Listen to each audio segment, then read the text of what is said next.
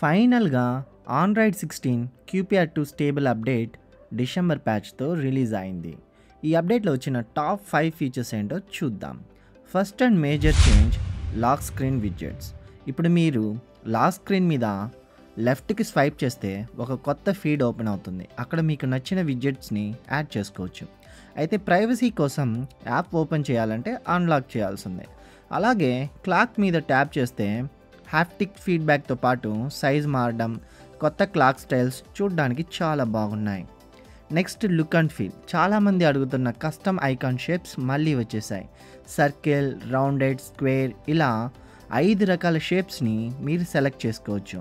ఇది హోమ్ స్క్రీన్కి కొత్త లుక్ ఇస్తుంది. అలాగే ఇంకో interesting feature expanded dark theme. ఇప్పటి వరకు కొన్ని యాప్స్కి డార్క్ మోడ్ సపోర్ట్ ఉండేది కాదు కదా. ఈ ఆప్షన్ ఆన్ చేస్తే ఆండ్రాయిడ్ సిస్టమ్ బలవంతంగా ఆ యాప్స్ని కూడా డార్క్ మోడ్లోకి మార్చేస్తుంది. కళ్ళకి స్ట్రైన్ తగ్గించడానికి ఇది సూపర్ ఫీచర్. ఇక ఏఐ లేకుండా గూగుల్ అప్డేట్ ఎందుకుంటుంది? సర్కిల్ టు సెర్చ్ ఇప్పుడు మరింత స్మార్ట్ అయింది.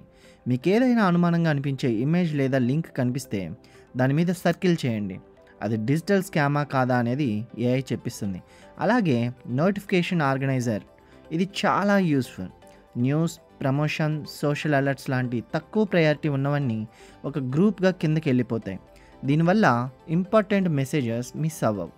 మెసేజెస్లో అన్నోన్ గ్రూప్ చాట్ అలర్ట్స్ కూడా యాడ్ చేశారు.